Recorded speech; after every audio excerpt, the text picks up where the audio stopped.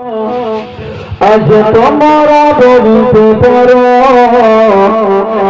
এতে ছিল আমার নবী এতে আমিও এতে ছিল আমার নবী এতে আমিও